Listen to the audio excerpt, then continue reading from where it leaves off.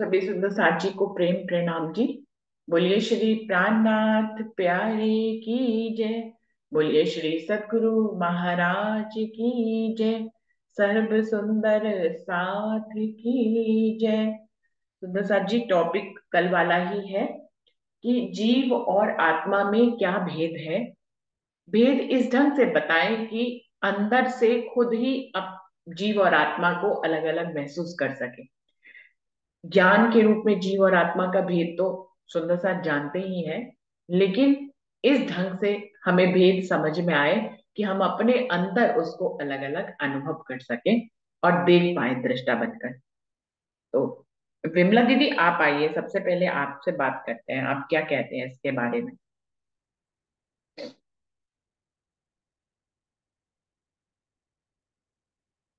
विमला दीदी।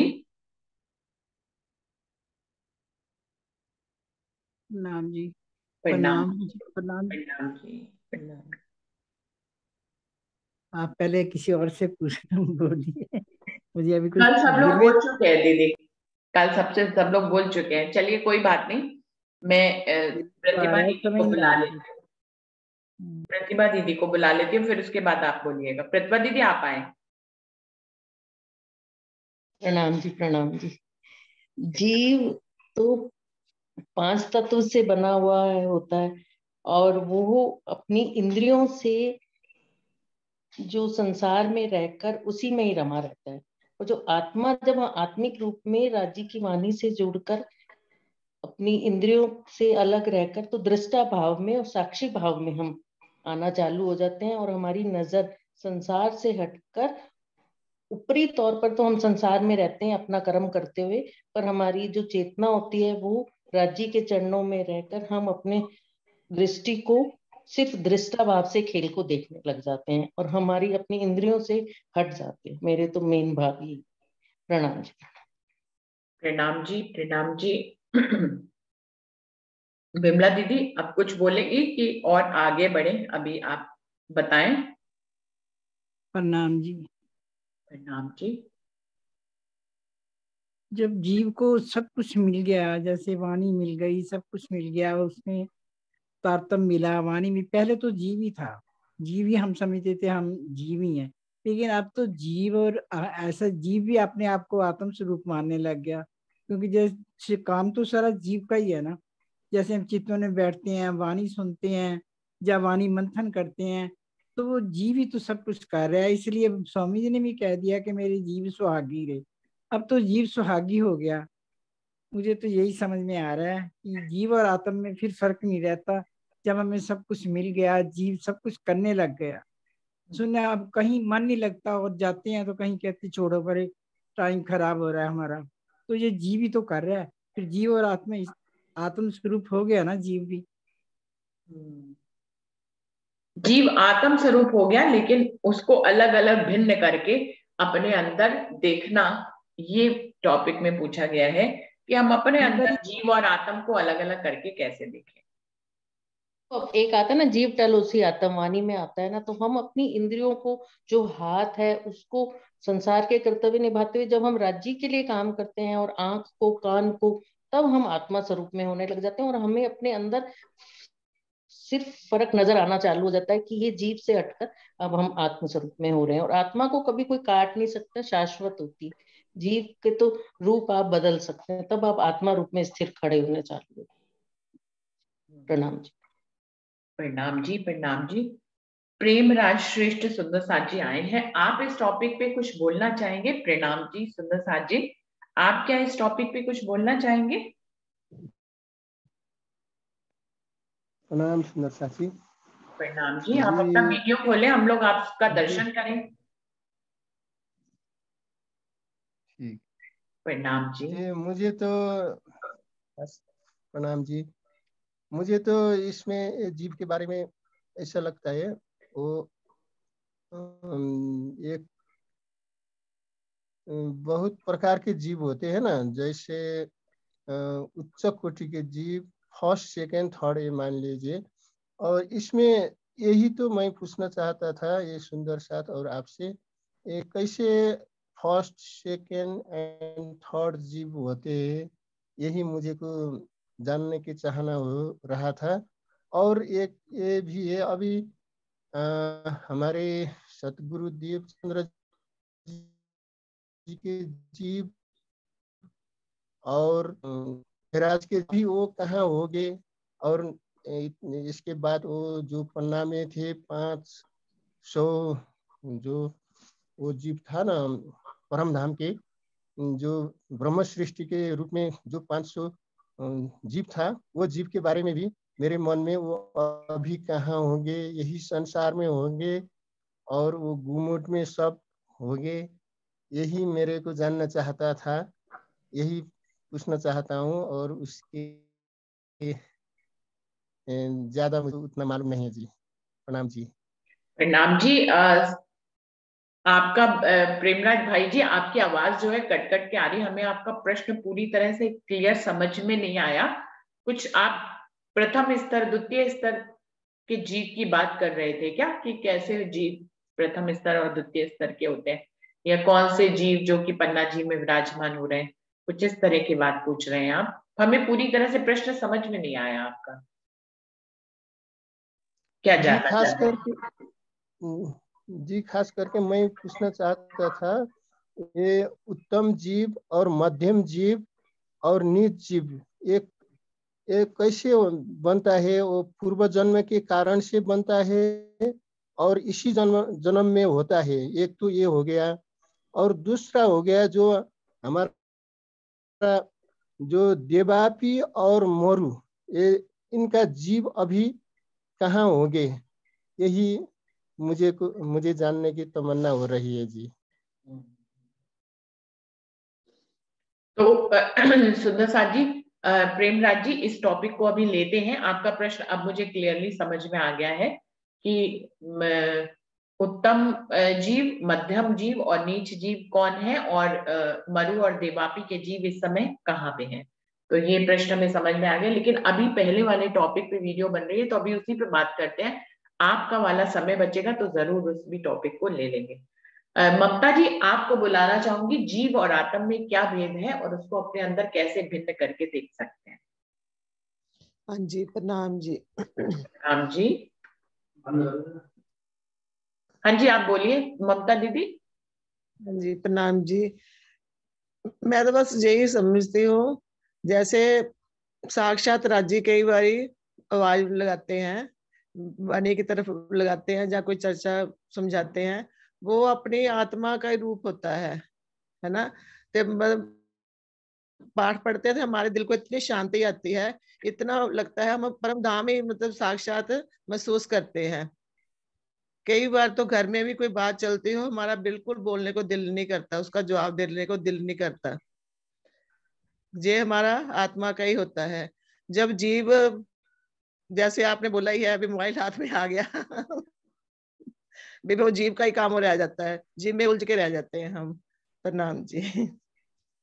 प्रणाम जी, प्रणाम जी। और कोई सुंदर साथ जो कि आए हैं, जो जिनका मुझे नाम दिखाई नहीं दे रहा है, कोई भी सुंदर साथ जीव और आत्मा के बारे में कोई बात कहना चाहे, कैसे उनको अपने अंदर अलग कर सकते हैं, इसके बारे में कोई सुंदर साथ कुछ और कहना चाहे या बताना चाहे तो जरूर मैं उनका स्वागत है, वो आए। रंजना ने भी ज्वाइन किया। रंजना, आप कुछ बताना चाहोगे कि अपने अंदर जीव और आत्म को अलग अलग करके कैसे देखा जाए?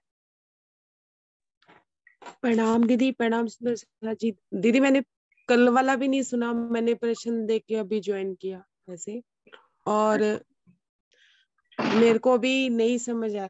आप लोग बोलो, शायद जो महाराज जी मन में उपजाए फिर मैं बोलता हूँ। रंजना प्रणाम जी। रंजना जी, दीदी प्रणाम। दीदी रंजना प्रणाम प्रणाम जी। जी। मैं ये कह रही थी, ये टॉपिक मान लो अभी आया है, इसी समय आया है, तो भी आप बोल सकते हो। आप कल का नहीं सुना से कोई लिंक नहीं है, नई दीदी टॉपिक है और इसी समय का है। प्लीज बात बोलो, सही क्या है बात है, आज बोल सकते हैं जी।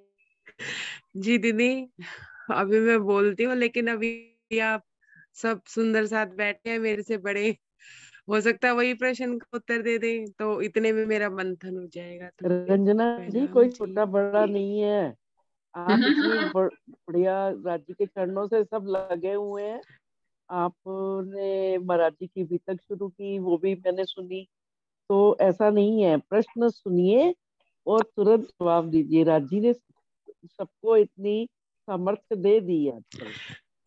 चलिए दीदी, जो मेरे मन में भाव है, जो मेरे को समझ आता है कि आत्मा है, आत्मा परमात्मा की है, और जीव क्या है, जीव माया का है। जीव की पहुंच 14 लोक ब्रह्मांड से बाहर की है ही नहीं। और आत्मा की उड़ान इतनी है कि उसके ऊपर परात्म की नजर आती है, तो वो 14 लोक ब्रह्मांड, योग माया, परम धाम तक की पहुंच रखती है सदगुरु मेहर से। तो मुझे ऐसा लगता है कि जैसे जब ये सारी जो ब्रह्मांड ही माया से ही बने हैं, तो जीव एक जगह है, हमारा जो जीव है एक स्थान है, समझो आप। जो मुझे समझ आ रहा है कि वो एक स्थान है, एक जगह है जहाँ पे आत्मा का और परमात्मा का मिलन हो। अब भैया जैसे पूछ रहे थे, अभी प्रश्न पूछ रहे थे, मैंने तभी ज्वाइन किया था कि मध्यम जीव, उच्च जीव और नीच जीव में क्या अंतर होता है। ये जीव की प्रवृत्तियां होती है कि उसकी आत्म कैसी है। अगर आत्म भाव में जीव, अगर मन में अपने मन को वश में करके या मन के ऊपर सिद्धि पा के अगर जीव को परमात्मा की तरफ मोड़ा जाएगा, तो वो जीव अपने आप उच्च हो जाता है। जैसे मरु और देवापी के जीव ने इतनी तपस्या की परमात्मा की, उस समय पे भी राजी नहीं थे, उन्होंने 14 लोग ब्रह्मांड के देवी देवताओं की तपस्या की थी, तो शिव जी भगवान ने आके उनको दर्शन दिए थे, क्योंकि वो 14 लोग ब्रह्मांड का ही था। तो अगर जीव परमात्मा में लग जाता है, तो उसमें जो अवगुण होते हैं वो निकलते चले जाते हैं, और वो परमात्मा की बारे में ही सोच रखता है। ये उच्च जीव में आता है। मध्यम जीव वो माया में भी लगा रहता है और परमात्मा में भी लगा रहता है। जैसे हम लोग, माया भी चाहिए, राज्य भी चाहिए। मैं अपने आप को मध्यम में ही समझती हूँ। और नीच जीव, जिसे परमात्मा से कोई मतलब नहीं है, उससे कोई लेना देना ही नहीं है, उसे सिर्फ ये है कि मुझे तो अपने कर्मों में मजा आ रहा है।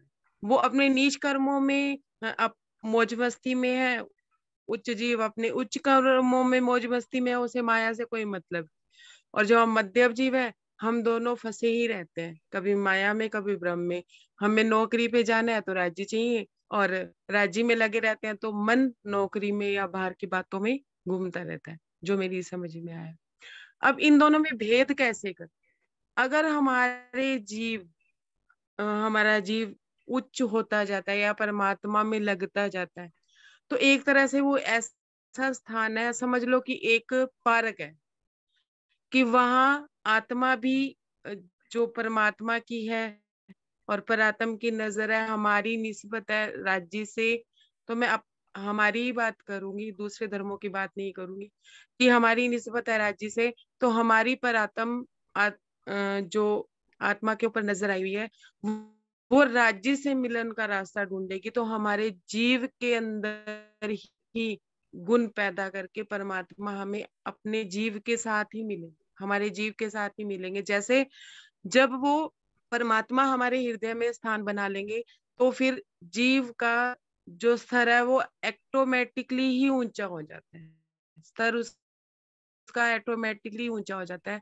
फॉर एग्जाम्पल, कि मरु और देवापी के जीव ने तपस्या की, और श्री महराज ठाकुर ने उस जीव में जन्म, मतलब आए वो। लेकिन परात्म की जब नजर आई, जब उन्हें शुद्धि आई, आत्म तो वो परम धाम की ही थी, लेकिन उनका जीव इतना शुद्ध पाक था कि वो बुरे कर्मों में गए ही नहीं, बुरी चीजों में लगे ही नहीं। शुरू से ही बचपन में उन्हें सदगुरु मिल गए। बचपन में 12 वर्ष की 11 वर्ष की आयु में वो धनी देवचंद्र जी से मिल लिए, थोड़ी उम्र में जागृत हो गई। मतलब जीव क्या इच्छा करने लगता है। और एक समय ऐसा आया जब राजीव महाराज उनके धाम हृदय में उन्होंने अर्श बना लिया। मतलब ये समझ लो कि वो जो छोटा सा पार्क था, उसमें राजीव महाराज स्वयं ही आके बैठ गए, और वो जो हमारी आत्मा है उनमें समा गई, हमारा दिल अरश हो गया। तो यार, तो वो उच्चतम अवस्था में चले गए और वो खुद ही राज्य स्वरूप बन गए। तो जीव का अस्तित्व ही मतलब ये समझ लो कि आत्म में खो गया। मेरे को ये समझ आता है दीदी, कोई त्रुटि हो तो क्षमा कीजिएगा। प्रणाम जी। प्रणाम जी। और कोई सुंदर साथ कुछ कहना चाहेंगे इस विषय पे? और भी सुंदर साथ ज्वाइन किए हुए हैं, कोई और सुंदर साथ कुछ कहना चाहेंगे? प्रणाम जी दीदी। दीदी वैसे तो मैं इसमें कल बोल चुकी हूँ इस विषय पे, लेकिन एक बात और मेरे दिल में आ रही है। यदि मैं अपनी ही उसको देखूं लाइफ को, तो जब तक मुझे सुंदर साथ का साथ नहीं मिला था तो अंदर से दम घुटने लगा था कि किससे मैं राज्य की बात करूं, कोई मेरे पास सुंदर साथ नहीं है।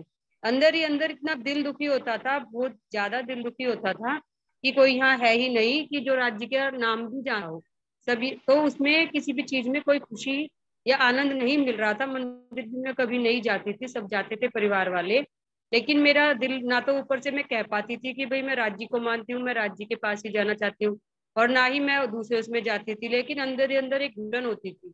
लेकिन जब राज्य ने कृपा करके ये जूम के माध्यम से मुझे सुंदर साथ जी से मिलाया, तो मेरे दिल को जो खुशी मिली वो मतलब अब उसके बाद नहीं कुछ और चाहने की, कुछ और पाने की चाहत नहीं रही। यहाँ पे आके दिल को सुकून मिल गया। और अब हम सब सुंदर साथ जी आपस में बैठे हैं, यदि हम देखें तो हम आत्म के संबंध से ही बैठे हैं, वैसे नहीं हम एक दूसरे को कोई भी नहीं जानता। अब तक हम जीव भाव में ही जी रहे थे।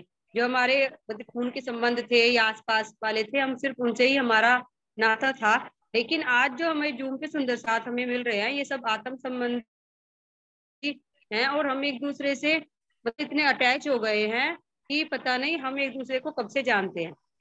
तो इतना दिल को जो सुकून मिल रहा है, जो वो अंतर आया है, ये आत्म का ही मतलब वो है अंतर। तो इससे मुझे पता चलता है कि जीव भाव में और आत्म भाव में कितना अंतर है। जीव वहां खुश था, लेकिन आत्म को खुशी सुंदर साथ के और राज्य के बीच में ही आके मिलती है। प्रणाम जी, प्रणाम जी। और कोई सुंदर साथ को कोई कुछ कहना चाहेंगे? सुंदर साथ जी, मुझे जीव और आत्म को मैं भिन्न कैसे कर पाती हूँ, इसको मैं अपने शब्दों में बयान करूंगी। एक बार सुंदर साथ का धाम गमन जैसे हुआ, तो मुझे उस पे बोलने के लिए कहा गया। और सुंदर साथ जी, हम लोग मंदिर में जब क्रिया करते हैं तो उस समय हम लोग जो है धनी ने सिखाया या सदगुरु ने सिखाया हुआ वो जीव और देह वाला, जो कल मनीषा दीदी ने बोला था, उस वाले प्रकरण को या उसके भाव को प्रकट करते हैं हम लोग वहां पे। क्योंकि धाम गमन हुआ होता है, सुंदर साथ ने तन छोड़ा हुआ होता है, तो उसमें जीव और देह के प्रसंग को, वार्तालाप को वहां पे दर्शाया जाता है। तो जब मैं मुझे वहां पे बोलने के लिए बोला गया था, बहुत से प्रवाही सुंदर साथ आए हुए थे उसमें, उस क्रिया में उनका सुंदर साथ प्रचलित थे, और बहुत से बाहर के सुंदर साथ में उनका जॉब था, नौकरी थी कई वर्षों की, तो बहुत से बाहर के सुंदर साथ अपने परिणामी से अलावा बहुत बहुत से सुंदर साथ आए थे। तो बोलने के लिए कहा गया था कि कुछ ऐसा बोले जो उनकी समझ में आए। जैसे जीव और देह की बात तो बहुत कॉमन है, किसी को भी समझ में आ सकती है, लेकिन फिर भी मुझे लगा कि आत्मिक स्तर की बात करें तो ज्यादा अति उत्तम होगी जीव और देह से लेते हुए, क्योंकि जीव और देह को तो फिर दुनिया वाले जानते हैं, लेकिन वो लोग जो हम लोग को समझ है कि जीव तल होसी आत्म, जीव जो है आत्मिक स्वरूप में परिवर्तित हो जाता है, लेकिन उनको दुनिया वालों को ये नहीं मालूम, वो जीव आत्मा बोलते हैं, जीव आत्मा शब्द का इस्तेमाल करते हैं। वो आत्मा और जीव को एक ही कहते हैं, दोनों को ही अखंड कहते हैं, और दोनों को ही कहते हैं कि जीव और आत्मा, मतलब आत्मा कह लो या जीव कह लो, एक ही बात है। तो इस तरह का कंफ्यूजन मैंने अधिकतर सुना हुआ होता है लोगों से कि वो जीव आत्मा का भेद नहीं करते हैं, जीव आत्मा को एक ही मानते हैं, देह को जरूर अलग मानते हैं। तो वो उस समय यही वाली सभा थी, तो मुझे यही टॉपिक अच्छा लगा कि जीव और देह वाला तो बोला ही जाता है, इसको और आत्मिक स्वरूप पे भी ले जाके अगर उसी समय बोला जाए तो ज्यादा अति उत्तम है। तो उस समय मैंने इस पे बोला था, और बहुत से सुंदर साथ को ये लगा कि ये अच्छा विषय था, इसको अच्छे ढंग से डिस्क्राइब किया गया। तो सुंदर साथ जी, इसको एक साधारण ढंग से एकदम लेमैन के शब्दों में समझाने का, जैसे पद्मा दीदी ने एकदम सरल शब्द में पूछा इसका, वैसे तो इतनी सारी वीडियो बन गई, लेकिन जीव और आत्म के ऊपर हमने शायद वीडियो नहीं बनाई थी कि जीव आत्म में क्या भेद है। और भेद की बात नहीं, भेद शाब्दिक रूप में बता देना, चौपाइयों के रूप में बता देना, ब्रह्मवाणी के उदाहरणों से बता देना, उनकी गवाही देते हुए बता देना एक अलग बात है, लेकिन जीव और आत्म को अपने अंदर अलग अलग महसूस करते हुए इसको डिस्क्राइब करना एक बात होगी कि हम उसको अपने अंदर कैसे देखें। तो बिल्कुल सिंपल ढंग से मैंने बताया, मैंने तब भी बताया था और आज भी बताना चाहूंगी कि ये बहुत ही सरल है इसको महसूस करना। सुंदर साथ जी देखिए, जीव क्या होता है, जीव को राजीव स्वामी ने बताया हुआ है, जीव भी अखंड होता है। जब से ये ब्रह्मांड, वो योग माया के ब्रह्मांड में अखंड होने वाली बात अलग है, लेकिन ये ब्रह्मांड जब से बना है तब से सबके जीव बन चुके हैं। ये जीव ही तन बदलता है, तन बदलता है, जीव नहीं बदलता। जीव तो वही, वो तन बदलता है। जैसे हम एक ही हैं, हम कपड़े बदलते हैं। आज हमने दूसरे कपड़े पहन लिए, कल दूसरे कपड़े पहन लिए, परसों तीसरे कपड़े पहन लिए। तो हम कपड़े पहनने की हमारी अवधि क्या हुई, एक दिन की। हम ज्यादा से ज्यादा 12 घंटा एक कपड़ा पहनते हैं, फिर बदल लेते हैं। फिर जो है 12 घंटे दूसरा कपड़ा पहनते हैं, फिर बदल लेते हैं। तो ये हमारे कपड़ा पहनने की अवधि है। ऐसे ही जीव की आयु की अवधि, वो तन धारण करने की उसकी अवधि होती है। वो एक तन एक कपड़े की तरह पहनता है। एक जीव जो है, जो अखंड होता है जब से ब्रह्मांड बनता है, और जब तक वो शून्य में समा नहीं जाता तब तक जीव रहता है। सुंदर साची, जीव भ्रमण करता रहता है। वो महाविष्णु के अहंकार का स्वरूप है जीव, और वो उसने अपने अहंकार को ले लिया, असंख्य जीव बन गए तो वो बने ही रहते हैं। वो जीव भ्रमण करते हैं, योनियों में भ्रमण करते हैं, और फिर मुक्ति में भी भ्रमण करते हैं। सुंदर साथ जी, अच्छे कर्म करते हैं तो वो बैकुंठ में 4 प्रकार की मुक्ति प्राप्त करते हैं, या स्वर्ग चले जाते हैं, या इंद्रलोक चले जाते हैं। और अगर बुरे कर्म करते हैं, बहुत बुरे कर्म करते हैं, तो नीचे की राक्षसों की योनियों में जाते हैं, उनके नीचे भ्रमण करते हैं। जब उच्च उच्च श्रेष्ठ कर्म करते हैं तो ऊपर के लोकों में भ्रमण करते हैं। जब नीच कर्म करते हैं तो नीचे के लोकों में भ्रमण करते हैं।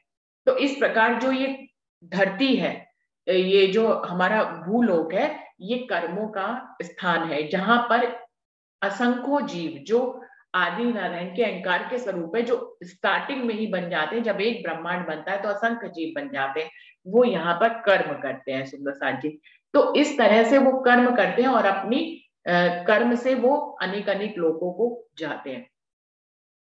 तो ये जीव जो है, ये इसको एक तरह से हम अपने अंदर कैसे महसूस करें, क्योंकि जीव होता है तभी सांसें चलती है, जीव नहीं होता है तो सांसें नहीं चलती है।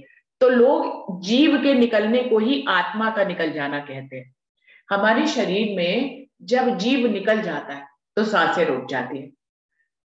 हमारे सारे जो है, ये जो 5 तत्व का शरीर है, इसको देह बोलते हैं। 5 तत्व का शरीर जीव से अलग है।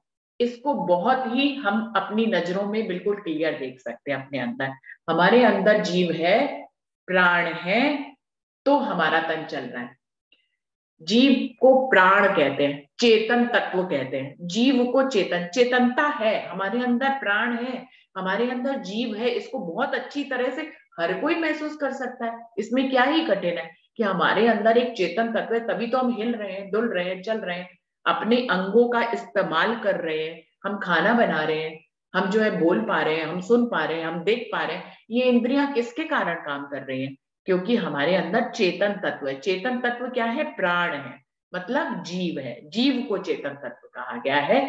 इस चेतनता के आने पर ही एक शरीर काम करता है। इस चेतन तत्व के निकल जाने पर वो शरीर काम करना बंद कर देता है, दिल काम करना बंद कर देता है, आंखें देखना बंद कर देती है, कान सुनना बंद कर देते हैं, मुंह बोलना बंद कर देता है।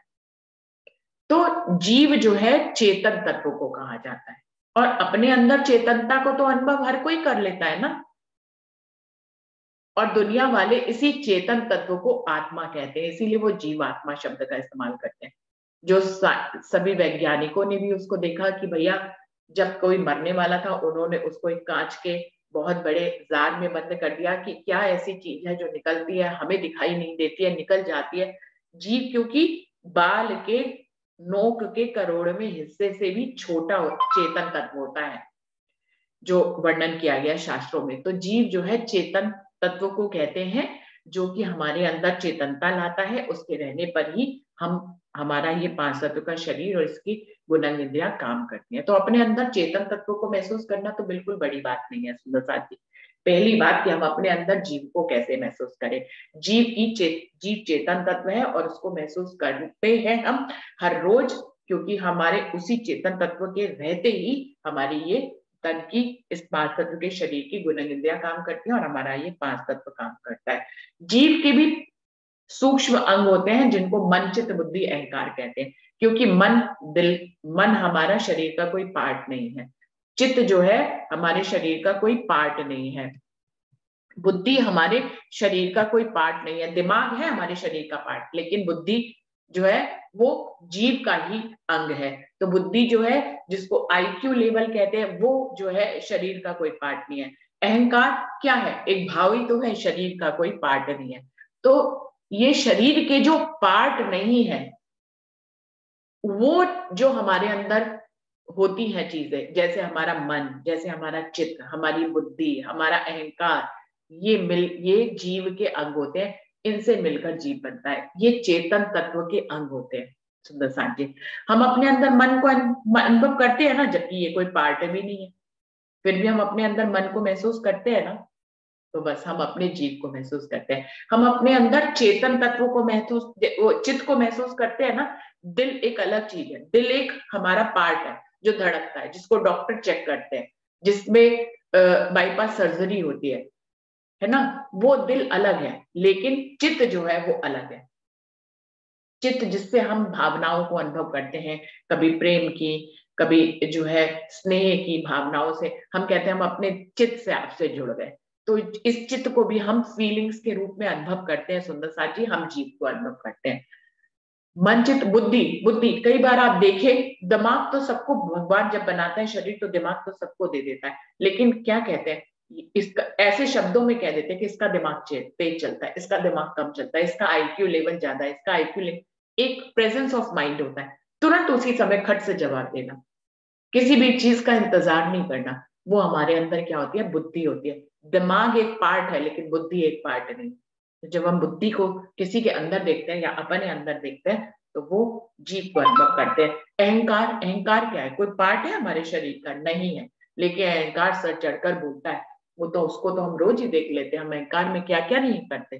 तो मन, चित्त, बुद्धि, अहंकार जो है वो जीव के अंग हैं, और जीव जो है चेतन तत्व को कहा जाता है, जो अपने इन 4 अंगों के माध्यम से हमारे अंदर विराजमान होता है। इसको अनुभव करना बहुत सरल है, कोई भी अनुभव कर सकता है। चेतन तत्व है तो हम जाग रहे हैं, सो रहे हैं, उठ रहे हैं, खा रहे हैं, पी रहे हैं, यहाँ आ रहे हैं, ये जीव के कारण है। और हम अपने मन, चित्त, बुद्धि, अहंकार के माध्यम से भी जब जब ये चारों मन, चित्त, बुद्धि, अहंकार को हम महसूस करते हैं, हम अपने जीव को महसूस करते हैं। तो सुंदर साथ जी, ये तो हो गया जीव, जिसको हम अभी इसी समय महसूस कर सकते हैं।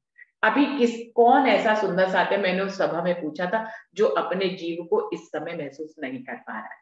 तो सभी ने कहा कि हाँ हाँ बिल्कुल, हम तो जीव को महसूस कर पा रहे हैं। आपने बिल्कुल सही बताया, हम अपने अंदर चेतन तत्व को महसूस कर पा रहे हैं, हम अपने अंदर काम करते हुए मन को महसूस कर पा रहे हैं, हम अपने अंदर काम करते हुए चित्त को महसूस कर पा रहे हैं, बुद्धि को महसूस कर पा रहे हैं, अहंकार को महसूस कर पा रहे हैं, और हम अपने चेतन तत्व जीव को महसूस कर पा रहे हैं। तो बिल्कुल जीव को तो महसूस कर लिया, और अभी भी मुझे लगता है सुंदर साथ जी, हम सब ने जीव को तो महसूस कर ही लिया हमारे अंदर। हम चेतन है, तभी तो हम बातचीत कर रहे हैं, हम चेतन है तभी तो जूम में प्रेजेंट है, हम चेतन है तभी तो हम उठ रहे हैं, खा रहे हैं, पी रहे हैं, जाग रहे हैं, सो रहे हैं। तो हमारे अंदर चेतन तत्व है, वो जीव है। जीव भी अखंडी होता है, क्योंकि वो शून्य, जब तक ये ब्रह्मांड खत्म नहीं होगा, चाहे ये ब्रह्मांड कितने कल्पों तक चले, तब तक वो जीव तन बदलता रहे, जैसे कि हम कपड़े बदलते हैं, जिसका ज्ञान गीता में श्री कृष्ण ने दिया कि वो ऐसे बदलता है। जीव जब तक ये ब्रह्मांड है तब तक अखंड रहता है, उसकी भ्रमण चलता रहता है, योनियां बदलती रहती हैं, ऐसे ही सांसें बदलती रहती है उसकी। तो हमारे अंदर जो प्राण अवस्था है, जो चेतन अवस्था है, वो जीव की अवस्था है। तो इसको तो हमने महसूस कर लिया सुंदर साथी कि ये हमारे अंदर जीव है, और ये देह से अलग होता है, ये तो हमें मालूम ही है। जैसे मैंने एक बात उठाई बीच में, वो खो गई, कि वो मरते समय कोई व्यक्ति मरने वाला था कि उसको कांच के ताबूत में बंद कर दिया गया, ये देखने के लिए कि इनके अंदर से क्या ऐसी चीज निकलते है जिसको हम आंखों से नहीं देख पाते। तो उसको कोई भी वैज्ञानिक भी देख नहीं पाए निकलते हुए, लेकिन वो कांच चटका हुआ मिला। जैसे ही उनके प्राण निकले तो कांच चटक गया, तो दिखाई नहीं देता है। जीव इतना सूक्ष्म होता है। ये हमारा 5 तत्व का शरीर एक है, जो हमें दिखाई देता है। जीव सूक्ष्म तत्व है, जो जिसको चेतन तत्व कहते हैं, उसी के रहते ये 5 तत्व का शरीर काम करता है। वो दिखाई नहीं देता, लेकिन उसको महसूस किया जा सकता है, तन रहते ही महसूस किया जा सकता है। मरने के बाद तो वो निकल के दूसरे तन में चला जाएगा, दूसरा गर्भ धारण करेगा, उसकी दूसरी योनि शुरू हो जाएगी, लेकिन इस तन के रहते हम अपने जीव को तुरंत तुरंत अनुभव कर सकते हैं, अभी कर सकते हैं, इसी समय कर सकते हैं। और सबने देख भी लिया, मुझे पूरा यकीन है कि सब अपने अंदर इस जीव को, इस चेतन तत्व को हर पल हर घड़ी महसूस करते हैं। अब बात आती है, 2 चीजें तो हो गई, देह को हम जानते ही हैं, इसको हम महसूस ही करते हैं, और अपने अंदर चेतन तत्व और जीव को भी महसूस करते हैं। अब आते हैं तीसरी बात कि आत्मा क्या है और उसको हम कैसे महसूस करें अपने अंदर। जीव को महसूस कर लिया, अब जब जीव को आप महसूस कर लेंगे तो आप आत्म को भी महसूस कर लेंगे। जब तक आप जीव को महसूस नहीं करेंगे तब तक आत्म को महसूस नहीं कर पाएंगे। जीव को हम सब सुंदर साथ में अभी अभी इसी समय बहुत अच्छे से महसूस कर लिया। चेतन तत्व सांस लेके देखिए, तुरंत पता लग जाएगा कि हमारे अंदर चेतन तत्व, तो जीव को महसूस कर लिया। ये तो हो गई जीव को महसूस करने की बात। अब आती है कि आत्म को अपने अंदर अलग करके कैसे महसूस करें। तो उसके लिए तैयार हो जाइए सुंदर साथ जी। हम आंख बंद करके जब हम एकांतवास में होते हैं, चाहे तो अभी 2 मिनट का मौन करके देख लें, इसी समय आत्मा को अनुभव करेंगे। हम देखेंगे कि जीव तो हमारा काम करता है इस देह में, लेकिन कोई एक ऐसी नजर है जो हम ही को देख रही है। आंख बंद करके देखिए, हम इस भीड़ में ये भूल जाते हैं कि हम ही को हम देख रहे हैं, कोई हमें देख रहा है, और इसको बहुत ही आराम से अनुभव किया जा सकता है। सुंदर साथी, पल भर का मौन धारण करें और पल भर में ही देखें कि क्या हमें कोई देख रहा है। एक नजर हमारे ऊपर हमेशा रहती है, उस नजर को आप हमेशा महसूस कर सकते हैं। कोई हमें देख रहा है, कोई हमें देख रहा है, कोई हमें देख रहा है। इस बात को बहुत गहराई से 5 मिनट के मौन में ही देखा जा सकता है। जो हमें देख रहा है वो आत्मा है। बहुत गहराई से अनुभव होती है ये, हमारे ऊपर जो नजर है ना, इसको बहुत गहराई से अनुभव होती है, बिल्कुल साक्षात अनुभव होती है कि कोई हमें देख रहा है। इवन हम लोग तो परम नाम की ब्रह्म सृष्टियां इस वाणी को आत्मसात किए हुए हैं। हमारे लिए ये अनुभव करना तो बहुत ही सरल है कि हम देखें कि हमको कुछ कोई देख रहा है। इवन कोई दुनिया का संसारिक जीव भी कोई उसको देख रहा है, इस बात को वो अनुभव करता है। इवन लोगों ने अब ये तक कहना शुरू कर दिया है कि जैसे कि आजकल आप कहीं पे भी जाइए तो लिखा होता है ना कि आप कैमरे की नजर में हैं, आप कैमरे की, ये एरिया कैमरे की नजर में है, आप इस समय ऐसे जगह जगह वो लिखे होते हैं कि कैमरे की नजर में, क्योंकि सब जगह अब कैमरे लगे होने लगते हैं दुनिया में। ऐसे ही अब व्हाट्सएप पे मैसेज भी आते हैं, लोग यहाँ तक पहुंच गए हैं, वो कहते हैं हम परमात्मा रूपी कैमरे की नजर में हर पल हर घड़ी, हम परमात्मा रूपी कैमरे की नजर में हर पल हर घड़ी, हम उसकी नजरों में हर पल हर घड़ी। लोग यहाँ तक महसूस करने लग गए। तो अपने अंदर कोई हमें देख रहा है, इसको पल भर में ही, उसी समय मैंने सबकी आंखें बंद करवाई और उनको कहा 5 मिनट में देखकर बताइए कि कोई आपको देख रहा है।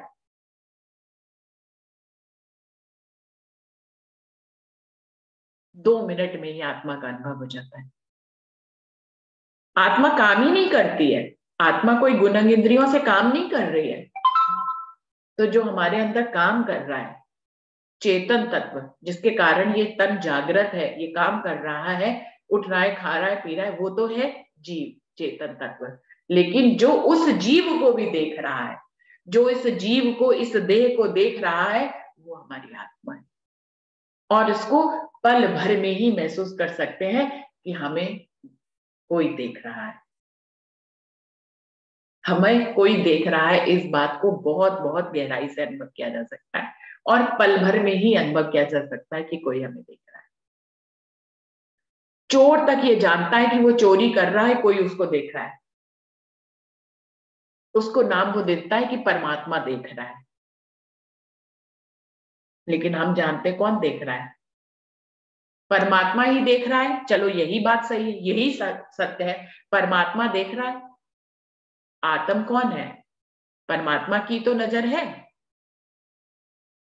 हुकुम जिसको कहा है, हुकुम ने रूहों का भेष धारण कर लिया है, वो दृष्टा बनकर देखती है जीव को।